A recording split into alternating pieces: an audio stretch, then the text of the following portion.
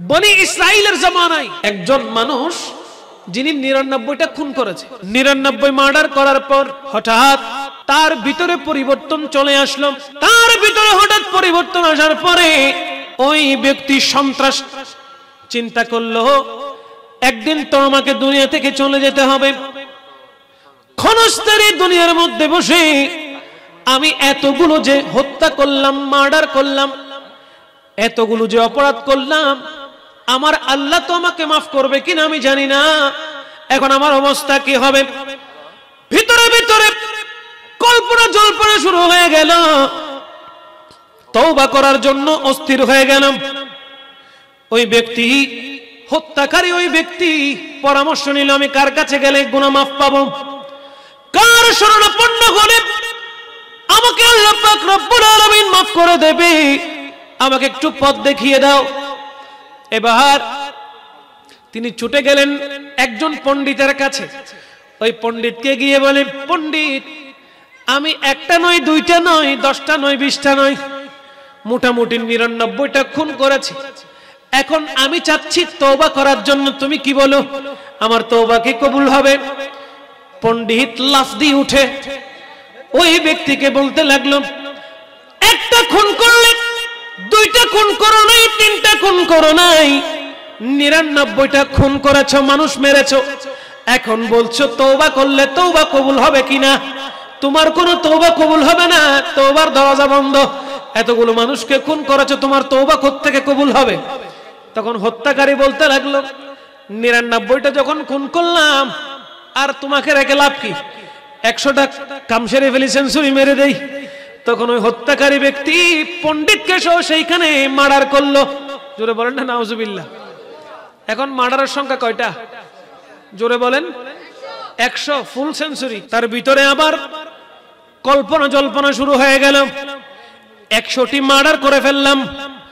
এইভাবে মার্ডার করতে থাকলে তো হবে না, আল্লাহ পাক রব্বুল আলামিনের দরবারে তওবা করতে হবে। এখন করি কি, উপায় কি?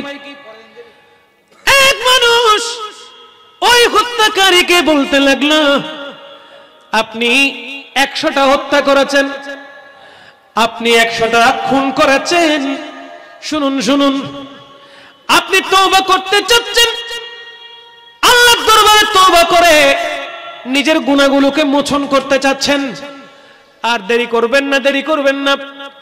অমুক জায়গায় একজন আল্লাহর মকবুল বন্ধু ওলি রয়েছে, আপনি তার কাছে যান, তার কাছে সুপরামর্শ নিন। যদি আল্লাহর দয়া হয় তাহলে নিশ্চয়ই তিনি এমন পরামর্শ আপনাকে দান করবেন। আপনি ওই পরামর্শ পেয়ে তওবা করলে হয়তো আল্লাহ পাক রব্বুল আলামিন আপনাকে মাফ করে দিতে পারে। হত্যাকারী ব্যক্তি কথাটা শোনার দেরি হয়েছে, সেই জায়গা থেকে তিনি দৌড় দিয়েছেন, আল্লাহর মকবুল ওলির দরবারে যাবেন বলে দৌড় দিয়েছেন। কিন্তু নসিবের মধ্যে যা লেখা থাকে তা হয়ে যায়। মালাকুল মউত ওই হত্যাকারীর সামনে এসে, মালাকুল মউত তার যারা যুদ্ধ করতেছে, জুড়ে বলেন না সুবহানাল্লাহ। একদল চাচ্ছে জান্নাতে নিয়ে যাবে, আর একদল চাচ্ছে জাহান্নামে নিয়ে যাবে। কোন দলে যাবে, কোন দলে যাবে, টেনশনে পড়ে গেছে। ফেরেশতারা একজন অপরজনকে দোষারোপ করছে। তারা বলছে আমরা আল্লাহর পক্ষ থেকে এসেছি, আরেক দল বলছে আল্লাহর পক্ষ থেকে এসেছি। এখন ঘটনা কি, ঘটবে কি, হবে কি ফয়সালা? ফয়সালা দিবেন কে? এই জুড়ে বলেন দেখে, ফয়সালা দিবেন আল্লাহ। আল্লাহ পাক রব্বুল আলামিন ফেরেশতাদের উদ্দেশ্যে বলতে লাগলেন, ওগো ফেরেশতারা, এই মানুষ যেখান থেকে দৌড় দিয়েছে ওই জায়গা থেকে আমার বন্ধু মকবুল ওলির দরবার যেখানে রয়েছে পরিমাপ করো, পরিমাপ করে দেখো এই দেহ থেকে, এই লাশ থেকে তার ঘর কাছে নাকি মাজার কাছে? জুড়ে বলেন না সুবহানাল্লাহ। কোনটা কাছে একটু পরিমাপ করো। ইন মিদ্দি কি যুদ্ধ চলেন না? বন জঙ্গলের বাঘ হরিণ চিনল দয়াল নবীরে মানব হয়ে চিনলি না রে মন, দুঃখ রইল মনেতে।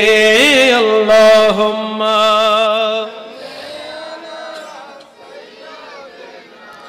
মাওলানা মুহাম্মদ ওয়া আলা আলি সাইয়্যিদিনা মাওলানা। আল্লাহ পাক রব্বুল আলামিন হুকুম করলেন, ওগো আমার ফেরেশতারা, জায়গা পরিমাপ করো, লাশ থেকে তার ঘর কাছে নাকি মাজার কাছে মেপে দেখো। জান্নাত এবং জাহান্নামের উভয় ফেরেশতা পরিমাপ করা শুরু করলো। পরিমাপ করতে দেরি হলো, জাহান্নামী ফেরেশতারা বলতে লাগলেন, আল্লাহ, এই লোক থেকে তার ঘর কাছে, মাজারটা দূরে। মাজারটা ফয়সালা হয়ে গেল। আল্লাহ বলতে লাগলেন, একটু সবুর করো, মাজার দূরে হয়েছে, ঘর কাছে হয়েছে, তার মানে এই নয় যে তাকে তোমরা জাহান্নামে নিয়ে যাবা। আবার তুমি পরিমাপ করা শুরু করো। যদি মাজার কাছে হয় তাহলে লোকটা জান্নাতি, যদি তার ঘর থেকে মাজার কাছে হয় লোকটা জান্নাতি। আবার পরিমাপ করো। এবার আল্লাহ পাক রব্বুল আলামিন কুদরতি ভাবে এই দেহটাকে মাজারের কাছে নিয়ে রাখলেন। সুবহানাল্লাহ। এই দেহটাকে মাজারের কোন দেহ? যে দেহটা বেঁচে থাকা অবস্থায় 100টি খুন করেছে। কয়টি? 100টি খুন করেছে। ওই 100 খুন করনে ওয়ালা হত্যাকারী ব্যক্তি আল্লাহ পাক রব্বুল আলামিন শুধুমাত্র বন্ধুর খাতিরে, আল্লাহর দোস্তের খাতিরে শুধু তওবা করবে এই নিয়তে দৌড় দিয়েছেন। সেই কারণে আমার আল্লাহ পাক রব্বুল আলামিন এত বেশি রাজি হয়ে গেলেন। ফেরেশতাদেরকে বলতে লাগলেন, আবার পরিমাপ করো। ফেরেশতারা যখন, জান্নাতের ফেরেশতারা যখন পরিমাপ করা শুরু করলো, দেখতে পেল ওই হত্যাকারীর লাশ দেহটা মাজারের কিনারায় পড়ে আছে, তার ঘর বহু দূরে রয়ে গেছে। আল্লাহ পাক রব্বুল আলামিন ঘোষণা দিয়ে দিলেন, ওগো জাহান্নামীর ফেরেশতারা, তোমরা ফিরে আসো, ফিরে আসো। লোকটা জাহান্নামী নয়, আমার দয়াতে সে জান্নাতি হয়ে গেছে। আল্লাহ দয়া করলে ওই রহমান, ওই রহিম নামের ওসিলাতে জাহান্নামীও কি হয়ে যায়? জান্নাতি হয়ে যায়।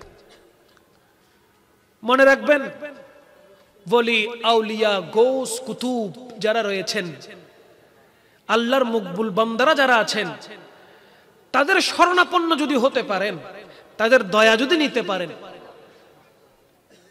দুনিয়া থেকে যাওয়ার পরে আপনি ওই মকবুল বলিগণ যে কাতারে দাঁড়াবে, আপনিও সেই কাতারে দাঁড়ানোর সুযোগ পাবেন। আমার রাসূল পাক সাল্লাল্লাহু আলাইহি ওয়াসাল্লাম হাদিসে মুবারাকায় ইরশাদ করছেন, সরকারে পাক সাল্লাল্লাহু তাআলা আলাইহি ওয়াসাল্লাম দরবারে সাহাবী এসে জিজ্ঞেস করছেন, ইয়া রাসূলুল্লাহ সাল্লাল্লাহু আলাইহি ওয়াসাল্লাম, মাতা সাআ, কিয়ামত কখন? ক্বালা ওয়া মাযা আ'দাদতা লাহা। আমার নবী জিজ্ঞেস করছেন, তুমি কিয়ামত কখন জিজ্ঞেস করছো? তুমি কিয়ামতের জন্য প্রস্তুতি কি নিছো? জিজ্ঞেস করা হচ্ছে, তুমি কিয়ামত কখন জিজ্ঞেস করছো, তুমি কিয়ামতের জন্য কি প্রস্তুতি গ্রহণ করেছো? ক্বালা, ওই সাহাবী বলতে লাগলেন, হিব্বুল্লাহ ওয়া রাসূলুহু। ইয়া রাসূলুল্লাহ, তিনি চাইলে বলতে পারতেন আমি 5 ওয়াক্ত নামাজ পড়ি, তিনি চাইলে বলতে পারতেন আমি নফল রোজা, রোজা রাখি, ফরজ রোজা, নফল রোজা সব রাখি, তিনি চাইলে বলতে পারতেন আমি হজ করেছি, আমি যাকাত দেই, বলতে পারতেন কিনা? বলেন না কেন? তিনি বলেন নাই সেটা। তার মানে আবার এটাও নয় যে তিনি আমলগুলো করেন না, না, বরঞ্চ সবচাইতে যেই বিষয়টা আল্লাহর রাসূলের দরবারে কবুল হয়, তিনি সে কথাই উল্লেখ করেছেন। তিনি বলতে লাগলেন, ক্বালা হিব্বুল্লাহ ওয়া রাসূলুহু। ইয়া রাসূলুল্লাহ, আমি আপনাকে এবং আমার রাসূলকে, আমার আল্লাহকে এবং আপনাকে খুব বেশি ভালোবাসি। ইয়া রাসূলুল্লাহ, আমি আপনাকে এবং আমার আল্লাহকে খুব বেশি ভালোবাসি, খুব বেশি মুহাব্বত করি। ক্বালা, তখন আমার রাসূল পাক সাল্লাল্লাহু আলাইহি ওয়াসাল্লাম ইরশাদ করতে লাগলেন, ফাআনতা মা মান আহবাবতা। আমার নবী বলতে লাগলেন, তুমি যাকে ভালোবাসো তার সাথেই তোমার হাসর নসর হবে। আমার নবীর সাথে যদি আমাদের হাসর নসর হয়, আমাদের আর কোনো চিন্তা আছে? হযরত সৈয়দুনা হামজা খাঁ আউলিয়া রাহমাতুল্লাহি আলাইহি, তিনি নিঃসন্দেহে আল্লাহর মকবুল বলি কিনা বলেন? কথা বলে না। তিনি নিঃসন্দেহে আল্লাহর মকবুল বলি কিনা বলেন? এখানে এমন অনেকে রয়েছে যারা ওনার মাজারের পানি পান করে সুস্থ হয়েছে। এ কথা বলে না। স্বয়ং আমার বড় মামা আছেন, ওনার টিউমার, যে টিউমার অপারেশন করার জন্য ডাক্তার বলেছেন যে টিউমার অপারেশন করতে হবে, হযরত সৈয়দুনা হামজা কাউলি রাহমাতুল্লাহি আলাইহির পানি নিয়ত করে তিনি পান করেছেন এবং প্রত্যেকদিন ওখানে লাগাইতেন। টিউমারটা অটোমেটিক্যালি রবারের মতো বের হয়ে গেছে। আমার পরিবারের মধ্যে, আমি তো আপনাদের এলাকারই সন্তান, আমার পরিবারের মধ্যে আমার ছোট খালা, আমার আম্মাজান সবাই অত্র হযরত সৈয়দুনা মুশকিল কুশা হামজা খাঁ আউলিয়া রাহমাতুল্লাহি আলাইহির মাজারের পানি পান করতে করতে শেফা পেয়েছেন। নাকের মধ্যে পলিপ হলে একটা মাংসের টুকরা যদি নাকে হয়, ডাক্তার কি বলে? অপারেশন করতে হবে না? অনেক সময় ওই অপারেশন সাকসেস হয় না। আমার ছোট কালার উভয় নাকের মধ্যে পলিপ জমেছিল, পলিপ হয়েছিল। হযরত সৈয়দুনা হামজা খাঁ আউলিয়া রাহমাতুল্লাহির এই পানি তিনি পান করতেন এবং নাকের উপর লাগাতেন প্রত্যেক দিন। লাগাতে লাগাতে লাগাতে লাগাতে 2 মাস কি 3 মাসের পর পরে দেখা যাচ্ছে ওইখান থেকে মাংসের টুকরোটা অটোমেটিকলি হাঁচির মাধ্যমে নিচে পড়ে গেছে। তাহলে এই অপারেশনটা করলো কে? ভিতরে এই অপারেশন করলো কে? হযরত সৈয়দুনা হামজা খাঁ আউলিয়া রাহমাতুল্লাহি আলাইহি নিঃসন্দেহে আল্লাহর মকবুল বলি। কথা বলেন ঠিক কিনা? নিঃসন্দেহে আল্লাহর মকবুল বলি। আপনার সম্পর্ক যদি এই মকবুল বলির সাথে থাকে, কাল হাসরের ময়দানে হযরত সৈয়দুনা হামজা খাঁ আউলিয়া রাহমাতুল্লাহি আলাইহি যে কাতারে দাঁড়াবে, আমার নবীর হাদিস অনুযায়ী আপনিও সেই কাতারে দাঁড়াবেন। আপনার সম্পর্ক যদি গৌসুল আজম মেজবান্ডারির সাথে থাকে, তিনি যেই কাতারে ময়দানে মেহশরে দাঁড়াবেন, আপনিও সেই কাতারে দাঁড়ানোর সুযোগ পাবেন। আপনার সম্পর্ক যদি শাহেনশাহে শ্রীকোটের সাথে থাকে, আপনার সম্পর্ক যদি সৈয়দ আহমদ শাহ শ্রীকোটের সাথে থাকে, আপনার সম্পর্ক হুজুর কিবলা তৈয়ব শাহ রাহমাতুল্লাহি আলাইহির সাথে থাকে, কাল হাসরের ময়দানে আমার মুর্শিদে করিমগণ যেই কাতারে দাঁড়াবেন, আপনি আমিও সেই কাতারে দাঁড়ার সুযোগ পাবো। ঠিক কিনা বলেন? আপনার সম্পর্ক হিন্দিল ওয়ালি খ্বাজায়ে খ্বাজাগান আতায়ে রাসূল খ্বাজায়ে গরিব নামাজের সাথে যদি থাকে, আপনার সম্পর্ক যদি পীরানে পীর দস্তগীর মেহবুবে সুবহানী কুতুবে রব্বানী ইয়া শেখ সুলতান সৈয়দ আব্দুল কাদের জিলানী আল গিলানী আল হাসানী ওয়াল হুসাইনী রাদিয়াল্লাহু তাআলা আনহুর সাথে থাকে, তাহলে মনে রাখবেন কাল হাসরের ময়দানে ওনারা যেই কাতারে দাঁড়াবেন, আপনিও সেই কাতারে দাঁড়ানোর সুযোগ পাবেন। চিৎকার দিয়ে বলেন না সুবহানাল্লাহ। আল্লাহর মকবুল ওলিদের দরবারে যদি আপনি কোনো এক্সকিউজ ছাড়া শরীয়ত সম্মত যদি উপস্থিত থাকতে পারেন, সম্পর্ক রাখতে পারেন, যোগাযোগ রাখতে পারেন, জিয়ারা করতে পারেন, মোহাব্বত যদি থাকে, মনে রাখবেন আপনার হাসর নসর আল্লাহর মকবুল ওলির মাধ্যমে হবে, এবং যার ফলে আপনি কোনো চিন্তা ছাড়া মকবুল ওলিদের সাথে সম্পর্ক থাকার কারণে যদি শরীয়ত বিরোধী কোনো কাজ না হয়ে থাকে আপনার দ্বারা, কাল হাসরের ময়দানে ওনাদের সংস্পর্শে থাকার কারণে আল্লাহর রাসূলের পক্ষ থেকে শাফাআত পেয়ে আপনার আমার ঠিকানা জান্নাত হয়ে যাবে। কথা বলেন ঠিক কিনা? এই বিশ্বাস আছে না নাই? কথা বলেন না, আছে না নাই? আমরা তো এখন ঈমানেরই স্বাদ পাই না। বিশ্বাস তো করি, কিন্তু আমাদের ঈমান মজবুত না, টলবল। কথা বলেন ঠিক না? আমাদের ঈমান কি না? মজবুত না রে বাবা, আমাদের ঈমান টলমল। অথচ রাসূল পাক সাল্লাল্লাহু আলাইহি ওয়াসাল্লাম হাদিসে মুবারাকায় ইরশাদ করছেন, وعن أنس بن مالك رضي الله تعالى عن النبي صلى الله عليه وسلم قال ثلاث من كن فيه وجد بهن حلاوة الإيمان। সুবহানাল্লাহ বলবেন না? আর একটু জোরে বলেন না সুবহানাল্লাহ। দো জাহানের কামলিওয়ালা বাদশা নবী বলতে লাগলেন, যার কাছে তিনটি বৈশিষ্ট্য থাকবে। কয়টি? যার কাছে তিনটি বৈশিষ্ট্য থাকবে সেই ঈমানের স্বাদ পাবে। কিসের স্বাদ? স্বাদ আছে না নাই? আমার কথা ভালো করে লক্ষ্য করবেন, স্বাদ আছে না নাই? জিহ্বা, এটা কি? জিহ্বার মধ্যে কিন্তু পুরো জিহ্বা জুড়ে স্বাদ না, জিহ্বার সামনের অংশে স্বাদ। এই জন্য তরকারিতে লবণ হলো কি হলো না, মা বোনরা আগে কোথায় লাগায়? কথা বলেন না কেন? সামনে রমজান আসতেছে, সামনে আসতেছে না? মাশাআল্লাহ বলতেছি, হাসবেন না। তরকারিতে যদি লবণ কম হয়, এমন অনেক স্বামী আছে বউকে উত্তম মধ্যম দেয়, দেয় না? চনা রান্না করতে গেছে, তরকারি রান্না করতে গিয়েছে, যদি লবণ না হয়, এক তো রোজা, দ্বিতীয়ত যদি পানসা ওই চনা মুখে নেয়, তখন প্লেট উল্টাই দেওয়ার পরে রোজা স্ত্রীকে ফিটাইয়া ভাঙে। কথা বলেন ঠিক কিনা? এরকম আছে না নাই? এক্ষেত্রে যদি স্বামীর মায়ের খাবে, স্বামী উত্তম মধ্যম দিতে পারে, যদি এমন সন্দেহ থাকে, যদি এমন সন্দেহ থাকে, তাহলে রোজা রাখা অবধিও ওই স্ত্রী চাইলে জিহ্বার আগায় লবণ হলো কি হলো না টেস্ট নেওয়ার জন্য জিহ্বার আগায় তরকারির ঝোল নিতে পারবে, কিন্তু ভিতরে যেন না যায়, আবার ফেলে দিতে হবে, ভিতরে যেন না যায়, তাতে রোজা ভাঙবে। এক নাম্বার। দুই নাম্বার, অনেক মহিষী রমণীর বাচ্চা 2 বছর পরিপূর্ণ হয় নাই, 2 বছর পরিপূর্ণ, বুকের দুধের পাশাপাশি ওই ছোট বাচ্চাটাকে বিভিন্ন ফিটার দেয় না, যেই দুধগুলো দেওয়া হচ্ছে, ওই দুধ গরম কিনা, ওই দুধ ঠান্ডা কিনা, ওই দুধ স্বাদ হলো কিনা, ওইটা নেওয়ার জন্য আপন মা জিহ্বার আগায় লাগাতে পারবে, তবে গিলতে পারবে না, টেস্ট নিতে পারবে। শরীয়ত কত সুন্দর, আলহামদুলিল্লাহ বলেন না? বলতে চাচ্ছিলাম,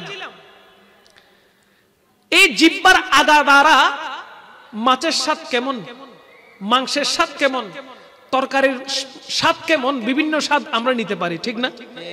আল্লাহ পাক বলছেন, কুল্লু নাফসিন যায়িকাতুল মাউত। দেখেন, প্রত্যেক প্রাণীকে মৃত্যুর স্বাদ গ্রহণ করতে হবে। কি বলেছেন? স্বাদ। কথা ভালো করে লক্ষ্য করুন, কুল্লু নাফসিন যায়িকাতুল মাউত, প্রত্যেক প্রাণীকে মৃত্যুর স্বাদ গ্রহণ করতে হবে। তার মানে মৃত্যুর একটি স্বাদ, বলেন না, মৃত্যুর একটি স্বাদ। গরুর গোশতের স্বাদ একরকম, মহিষের স্বাদ, হরিণের গোশতের স্বাদ আরেক রকম, মুরগির স্বাদ আরেক রকম, দেশি হলো তার কোনো কথাই নেই। কথা বলেন ঠিক না? এক একটার স্বাদ এক এক রকম।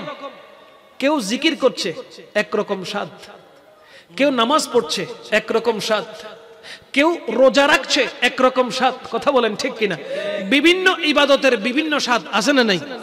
আল্লাহও বলতে লাগলেন, শুনো, তোমাদের দেহ থেকে মৃত্যুর স্বাদ দেওয়ার মাধ্যমে তোমাদের জান পাখিটা আমি বের করে নিব, আবার কবরে গেলে সেটা আবার রিটার্ন করে দিব। সুবহানাল্লাহ বলেন। কবরে জান্নাতীরা জান্নাতের সুঘ্রাণ পাবে, জাহান্নামীরা জাহান্নামের আযাব পাবে। কথা বলেন ঠিক না? তো আযাব দেয় কাকে? যার ভিতরে আযাব নেওয়ার ক্ষমতা থাকবে, ঠিক না?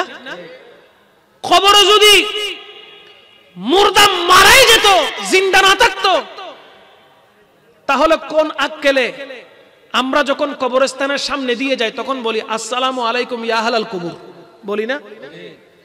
কাকে দিছেন সালাম? বলেন না, কাকে দিলেন? যিনি কবরবাসী তাকে দিলেন। তো উনি যদি মুর্দা হতো তাহলে আপনি ওনাকে সালাম দিলেন কেমনে? কোন ঘুমন্ত ব্যক্তিকে সালাম দেন? অথচ সে দুনিয়াতে আছে, জমিনের উপরে, মাটিতে এখনো যায় নাই, কিন্তু আপনি তাকে কি দিচ্ছেন না? সালাম দিচ্ছেন না। কারণ কি? সে ঘুম আসে। কারণ আমি সালাম দিলে সে জবাব দিতে পারবে না। তো কবরবাসীকে যে আপনি সালাম দিচ্ছেন আসসালামু আলাইকুম, আপনার উপর শান্তি বর্ষিত হোক, ইয়া আহলাল কুবুর, হে কবরবাসী, আপনার উপর শান্তি বর্ষিত হোক, আপনি দোয়া করছেন তার জন্য, তো সে জিন্দা না হলে আপনি সালাম কেন দিলেন? কথা বলেন ঠিক কিনা? তাই প্রত্যেক মুসলমান সে আপন আপন কবরে জিন্দা, কবরে কি জিন্দা, এবং কাফেররাও জিন্দা, নাইলে মার খাইতেছে, এটা আযাব কেমনে হইতেছে? কথা বলেন ঠিক কিনা? যেখানে একজন কাফের, কট্টর কাফের, সেও সাজা পাওয়ার জন্য কবরে যদি জিন্দা থাকে, আল্লাহর মকবুল বলি মাজারে কি জিন্দা না? এ কথা বলেন জিন্দা না? এই লজিকটা অনেকের বোঝা আসে না, এই লজিকটা অনেকেই বুঝে না। যারা সহি কোরআন বুঝে, যারা সহি হাদিসে মুবারাকা বুঝে, সত্যিকার যারা নবী প্রেমিক, তারাই একমাত্র কোরআনের মূল ব্যাখ্যা তুলে এনে তার হৃদয়ে রাখতে পারে। কথা বলেন ঠিক কিনা? যার কলিজা জুড়ে আমার নবীর মোহাব্বত থাকবে না, সে কোনোদিন কোরআনের সহি ব্যাখ্যা বুঝতে পারবে। তাই আগে আমার নবীর মোহাব্বতটা কোথায় রাখতে হবে? অন্তরে। বলেন না, কোথায় রাখতে হবে?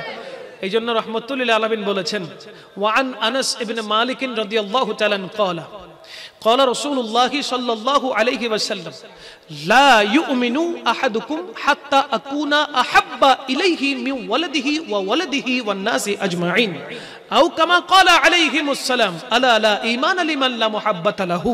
আমার রাসূল পাক সাল্লাল্লাহু আলাইহি ওয়াসাল্লাম বলতে লাগলেন, তুমি ততক্ষণ ঈমানদার হতে পারবে না যতক্ষণ নিজের ধন দৌলতের চাইতে বেশি আমি রাসূলকে মুহাব্বত করতে পারবে না, নিজের সন্তান সন্ততির চাইতে বেশি আমি রাসূলকে মুহাব্বত করতে পারবে না, নিজের মা বাবার চাইতে বেশি আমি রাসূলকে মুহাব্বত করতে পারবে না, এমনকি নিজের জানের চাইতে বেশি যতক্ষণ আমি রাসূলকে ভালোবাসতে পারবে না ততক্ষণ তুমি প্রকৃতপক্ষে ঈমানদার হতে পারবে কখনো ঈমানদার হতে পারবে না।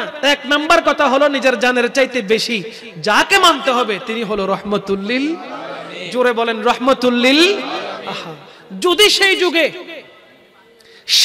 যদি আমাদের জন্মটা হইতো, তাহলে এই চর্ম চোখে নবুয়তের ওই নূরানি সূরত দেখার সুযোগ হতো। ঠিক না? ঠিক না? যদি ওই জামানায় আমাদের এই পৃথিবীতে আসার সুযোগ থাকতো, তাহলে আমরা আমাদের এই চর্ম চোখে সৈয়দুনা আবু বকর সিদ্দিক, ফারুক আজম, উসমানে যুন্নুরাইন, মওলা আলী, এইভাবে জলিলুল কদর সাহাবায়ে কেরামের সংস্পর্শে থাকার সুযোগ হতো। কথা বলেন ঠিক কিনা? শায়েরও কত চমৎকার বলেছেন, জন্ম আমার নবীর যুগে হলে কেমন। মাশাআল্লাহ, আওয়াজ কি একটু বাড়বে না? কথা বলেন না, নাকি আমি আপনাদের এলাকার ছেলে হিসেবে চুপচাপ শুধু তাকায় আছেন? হ্যাঁ, বক্তারা আরো আসবে, বক্তারা নাকি তাদের জন্য কণ্ঠের আওয়াজটা জমায় রাখতেছেন এমনটা কিছু? মোহাব্বত থাকলে অটোমেটিকলি সেটা ঠোঁট দিয়ে বের হবে, ঠিক কিনা বলে? মোহাব্বত না থাকলে জমা হয়ে থাকবে সেখানে, ঠিক না? তো একটু মোহাব্বত নিয়ে জবানটাকে খুলে আল্লাহর রাসূলের শান পরিবেশন করুন একসাথে মোহাব্বত নিয়ে। জন্ম আমার নবীর যুগে হলে কেমন হতো, জন্ম আমার নবীর যুগে হলে কেমন হতো, দু নয়নে রাসূল পাক দেখিলে কেমন হতো, দু নয়নে রাসূল পাক দেখিলে জন্ম আমার নবীর যুগে হতো, জন্ম আমার নবীর যুগে আসতো ভেসে হযরত বিলালের মধুর আযান, যে আযানে ছিল এমন প্রেম মুগ্ধ রহমান, আসতো ভেসে হযরত বিলালের মধুর আযান, যে আযানে ছিল এমন প্রেম মুগ্ধ রহমান দয়াল নবীর পিছে নামাজ পড়লে কেমন হতো দয়াল নবীর পিছে নামাজ পড়লে দু নয়নে রাসূল পাক দেখিলে মোহাব্বতে দু নয়নে রাসূল পাক দেখিলে হতো জন্ম আমার নবীর যুগে হতো জন্ম নবীর যুগে হলে সুবহানাল্লাহ বলবেন না দিনী কত আলোচনায় থাকতাম আমি অধম সামনে রাসূল পাক হতো পাশে সাহাবাগণ দিনী কত আলোচনায় থাকতাম আমি অধম সামনে রাসূল পাক হতো পাশে সাহাবাগণ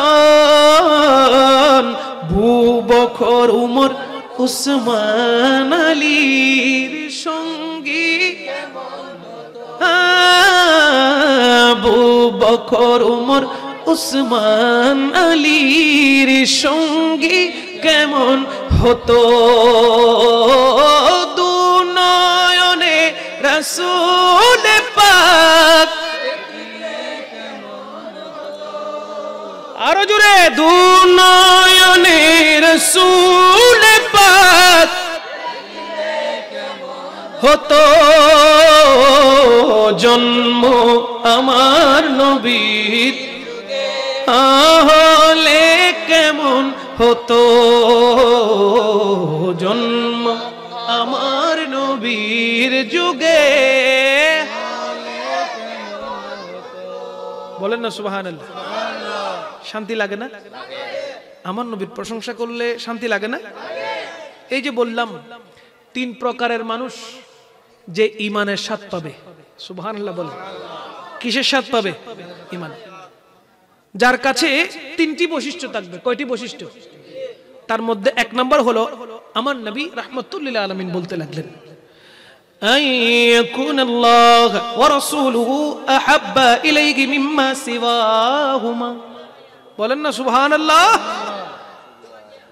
যে ব্যক্তির কাছে আল্লাহ এবং রাসূল পাক সাল্লাল্লাহু আলাইহি ওয়াসাল্লাম অধিক প্রিয় হবে যে ব্যক্তির কাছে আল্লাহ এবং রাসূল অধিক প্রিয় হবে এক নাম্বার বৈশিষ্ট্য দুই নাম্বার রাসূল পাক সাল্লাল্লাহু আলাইহি ওয়াসাল্লাম বলতে লাগলেন ফাআন ইউহিব্বাল মারআ লা ইউহিব্বুহু ইল্লাল্লাহ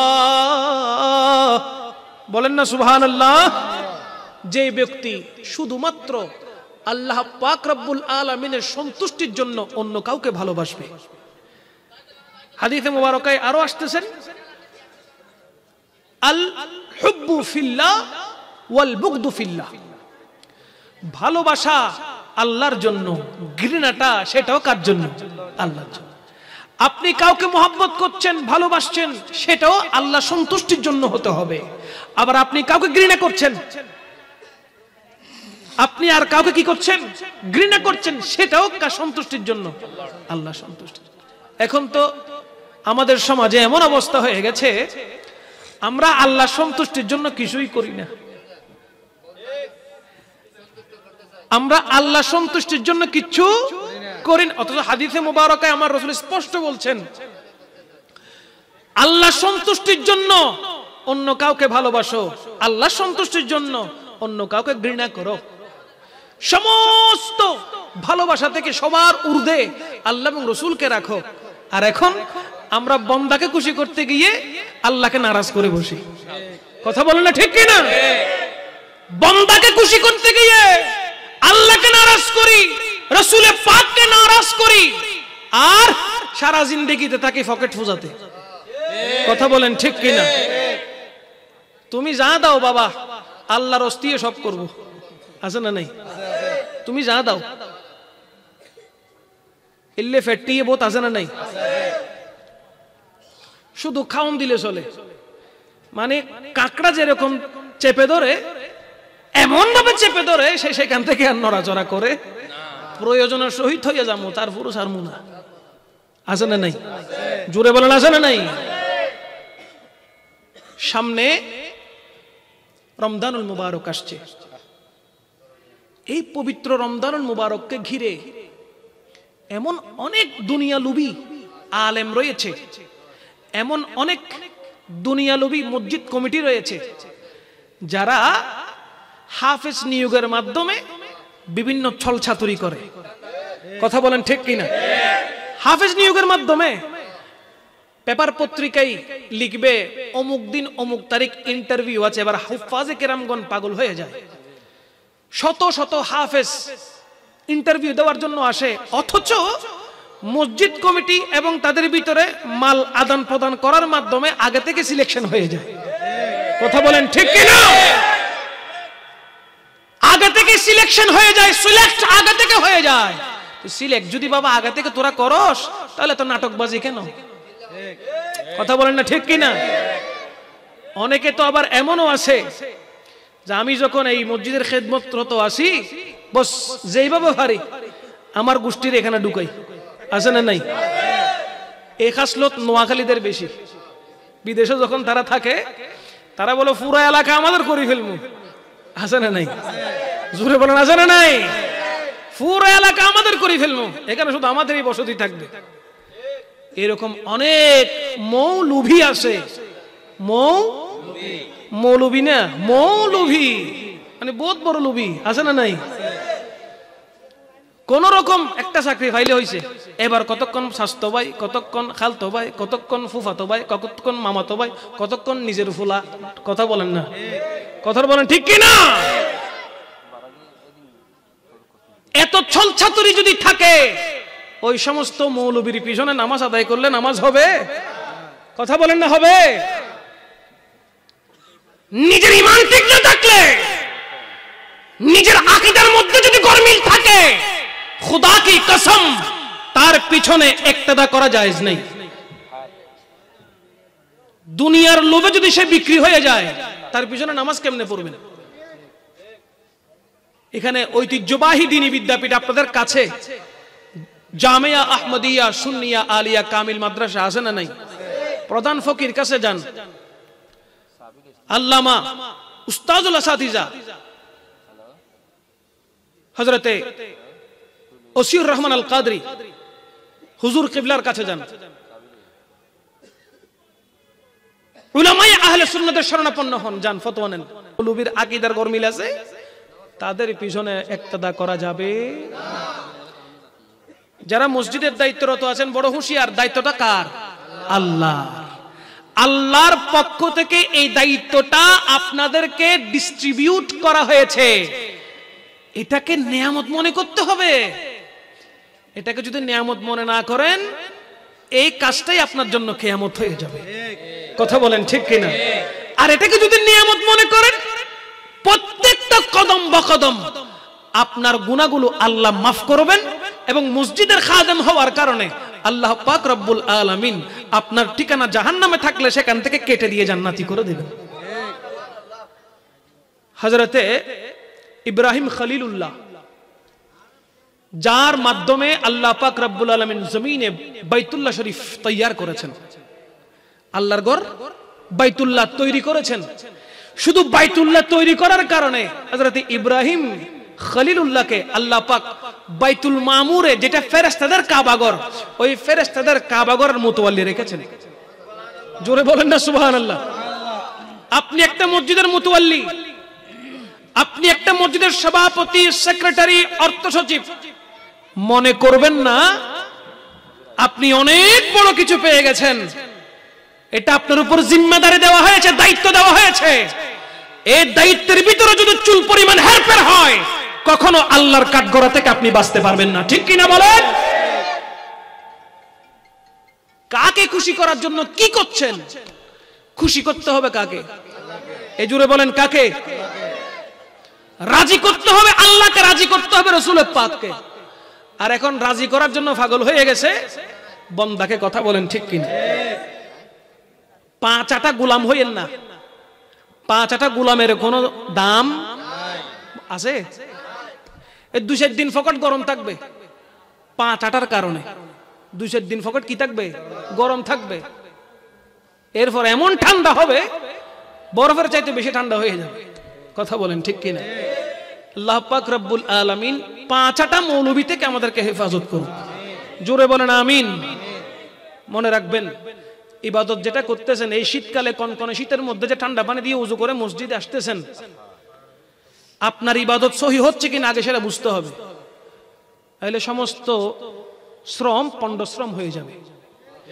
ইবাদত কি সহজ না কঠিন? মওলা আলী কি বলে জানেন? ইয়া রাসূলুল্লাহ, আমার দুটো জিনিস বেশি পছন্দ। কয়টা জিনিস? আমার রাসূল বলে কি কি বলো? বলে যত বেশি শীত পড়ে ওই শীতকালে ঠান্ডা পানি দিয়ে ওযু করতে আমার বেশি ভালো লাগে। আমরা তো ফজরের নামাজ পড়তে তো আসি না, ঘর থেকে বের হই না। বাই চান্স যদি বের হই তখন গরম পানি দিয়ে ওযু করে তারপরে, ঠিক না? কিন্তু মওলা আলী কি বলতেছেন? শীতকালে সবচাইতে বেশি ঠান্ডা পানি দিয়ে ভালো করে ওযু করতে আমার ভালো লাগে। 2 নম্বর বলে রোজা রেখে আল্লাহর রাস্তায় জিহাদ করতে ভালো লাগে। বলেন না সুবহানাল্লাহ। দুটোটা ইবাদত কঠিন নাকি সহজ? বলেন না, কঠিন না সহজ? আল্লাহ পাক রব্বুল আলামিন যেই ইবাদত কঠিন বেশি সেই ইবাদত কবুল করে বেশি। যেই ইবাদত কঠিন বেশি সেই ইবাদত কবুল করে বেশি। এজন্য মওলা আলী হয়েছে, যিনি নামাজে দাঁড়ালে দুনিয়ার কোনো হুঁশ থাকতো না। মওলা আলী মুশকিল কুশার পায়ের মধ্যে যুদ্ধের ময়দানে পায়ের মধ্যে পায়ের গোড়ালিতে তীর লেগেছিল। কেমন করে লেগেছে জানেন? এই তীর একদিকে লেগে অপর দিকে বের হয়েছে। একদিকে লেগে অপর দিকে বের হয়েছে। এখন সাহাবায়ে কেরাম বলতে লাগলেন, ইয়া রাসূলুল্লাহ, তীরটা তো বের করতে হবে। মওলা আলী তো পায়ে হাত লাগাতে দিচ্ছে না, এত বেশি ব্যথা করছে। এখন তীর বের না করলে তো তিনি রক্তশূন্যতা হয়ে মারা যাবেন। ইয়া রাসূলুল্লাহ, ঘটনা কি, করব কি? এখন মওলা আলী তো অবস্থা খারাপ। আমার নবী বলতেছেন, একটু অপেক্ষা করো। আসরের নামাজের যখন আজান হবে, নামাজের আজানের সময় সে নামাজ পড়তে যখন দাঁড়াবে তখন অনায়াসে তোমরা তীরটা বের করে ফেলতে পারবে। সুবহানাল্লাহ। হায় হায় হায়।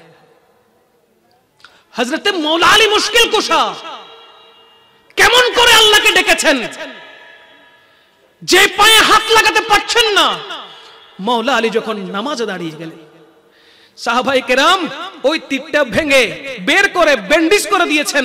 মওলা আলী নামাজ থেকে ফারেক হয়ে যখন দণ্ডায়মান হলেন, ওনার পায়ে ব্যান্ডেজ দেখার পর জিজ্ঞেস করছেন, এই ঘটনা ঘটালো কে? তখন সাহাবায়ে কেরাম অবাক হয়ে আশ্চর্য হয়ে জিজ্ঞেস করছেন, হে মওলা আলী, নামাজে দাঁড়ানোর পূর্বে আপনার পায়ে কেউ হাত দিতে পারছে না, ব্যথায় কাতরাচ্ছেন। এখন নামাজে যখন দাঁড়িয়েছেন আমরা এত জোরে টানাটানি করে ওই তীরটা বের করেছি, আপনি কি একটু খবর হয় নাই? মওলা আলী বলতে লাগলেন, হায় হায়, শুনো শুনো, আমি যখন যাই নামাজে দাঁড়াই, আমি যখন মুসল্লায় দাঁড়িয়ে যাই, আমি যখন আল্লাহ পাক রব্বুল আলামিনের ধ্যানে মশগুল হয়ে যায়, যখন তাকবীরে তাহরিমা পড়ি, সাথে সাথে আল্লাহ পাক রব্বুল আলামিন কুদরতিভাবে আমার সামনে চলে আসে। যেখানে আমি আল্লাহর জিয়ারত করছি, যেখানে আমি আল্লাহ পাক রব্বুল আলামিনের প্রেমে উদ্ভাসিত হয়ে গেছি, সেইখানে দুনিয়াবি আর কি ব্যথা, আর কি খবর, আর কি হোশ, আমার দুনিয়াবি কোনো হোশ থাকে না। তখন আমি আল্লাহ এবং রাসূল পাক সাল্লাল্লাহু আলাইহি ওয়াসাল্লামের প্রেমে মশগুল থাকি। জোরে বলেন না সুবহানাল্লাহ। নামাজ তো এইভাবে পড়তে হবে, ইবাদত তো এইভাবে করতে হবে। আপনি একটু চিন্তা করে দেখেন, নামাজটা বড় ইবাদত, ঠিক না? ওযু করছেন, আরামের ঘুম হারাম হয়ে যাচ্ছে, বাদ দিছেন সব, নামাজ আসতেছেন, ওই নামাজটাই যদি কবুল না হয় তো এত শ্রম কি জন্য করতেছেন? এত শ্রম কি জন্য দিচ্ছেন আপনি? সর্বপ্রথম আপনার সিলেকশন ঠিক থাকতে হবে। কারবালার প্রান্তরে নয়তো ইমাম হোসাইন এজিদের পিছনে নামাজ পড়তে পারতো না। তাবু কয়টা হয়েছে? জোরে বলেন কয়টা? একটা ইমাম হোসেনের তাবু আর একটা এজিদের তাবু। এজিদের তাবুর ভিতরে 22,000 সৈন্য একসাথে নামাজ পড়েছে। ইমাম হুসাইনের তাবুর মধ্যে মাত্র 73 জন নামাজ পড়েছে। কোন তাবুটা আল্লাহর দরবারে কবুল বলেন? ইমাম হুসাইনেরটা। কথা বলেন ঠিক কিনা? লোক সংখ্যা বেশি দেখে দৌড়াবেন না, লোক সংখ্যা বেশি দেখে একটাদা করবেন না, গালে দাড়ি মাথায় বিশাল পাগড়ি এগুলো দেখে তার পেছনে একটাদা করবেন না। আগে আপনাকে খতিয়ে দেখতে হবে তার ভিতরে ঈমান আছে না নাই, তার ভিতরে নবীর প্রেম আছে না নাই, তার ভিতরে রাসূলুল্লাহ সাল্লাল্লাহু আলাইহি ওয়াসাল্লামের জন্য মুহাব্বত আছে না নাই। তার জানার চাইতে বেশি আমার নবীকে মুহাব্বত করে কি করে না, সে সুন্নি আকীদার কি না, এটা আগে বুঝতে হবে। তারপরে আপনি একটা দায়িত্ব বিহাদাল ইমাম বলবেন। আপনি ইমাম মানছেন কাকে? ইমাম মানার ক্ষেত্রে সর্বপ্রথম আপনাকে জাস্টিফাই করতে হবে, ভালো করে বুঝতে হবে সে আসলেই আমি তার পেছনে নামাজ পড়ার জন্য আমি পারবো কিনা, আমার নামাজ কবুল হবে কিনা, সে আকীদায়ে আহলে সুন্নাত ওয়াল জামাতের অনুসারী কিনা, আগে সেটা বাস্তবায়ন করতে হবে। কথা বলেন ঠিক কিনা? আল্লাহ পাক আমাদেরকে সঠিক ইমামের পিছনে, খতিবের পিছনে নামাজ আদায় করার তৌফিক দান করুন। আমিন। জোরে বলেন আমিন। আর একটু জোরে বলেন আমিন। মনে রাখবেন, নামাজ, জিকির, তাসবিহ, তাহলিল, রুকু, সিজদা সব কার জন্য? আল্লাহর জন্য। সব কার জন্য? আল্লাহর জন্য। সুতরাং আপনার ইবাদত আল্লাহ পাক যেন কবুল করেন, আপনাকে সেদিকে যেতে হবে। আল্লাহ পাক রব্বুল ইজ্জত আমাদের প্রত্যেককে খালেস ভাবে মুহাব্বতের সাথে ইবাদত করার তৌফিক দান করুন। আমিন বলেন। আল্লাহুম্মা সাল্লি আলা মাওলানা মুহাম্মদ ওয়া আলা আলি সাইয়্যিদিনা মাওলানা মুহাম্মদ। ইচ্ছা করলে জানের নবী থাকতে পারতেন আরশে, উম্মতেরি মায়ায় পড়ে শুয়ে আছেন মদিনায়। আল্লাহুম্মা সাল্লি সাইয়্যিদিনা মাওলানা মুহাম্মদ ওয়া আলা আলি সাইয়্যিদিনা মাওলানা মুহাম্মদ। লা ইলাহা ইল্লাল্লাহ। মুহাব্বত, আর একটু মুহাব্বত। লা ইলাহা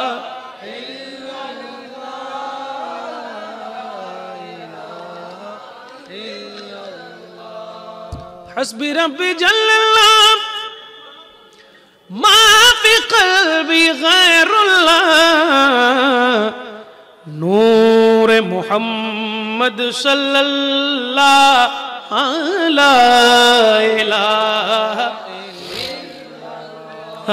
لا إله إلا الله لا إله।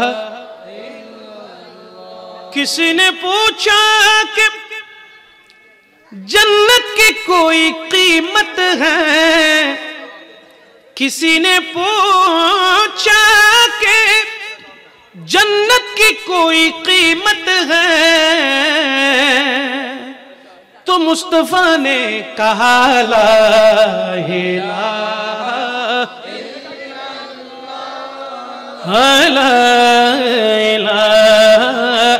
इल्लल्लाह ला इलाहा। मोहब्बत है, पढ़ना। ला इलाहा इल्लल्लाह ला इलाहा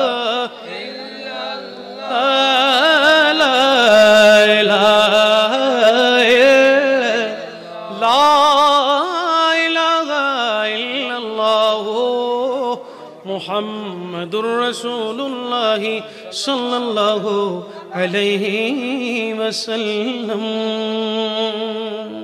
আমার কথা টপিক ছিল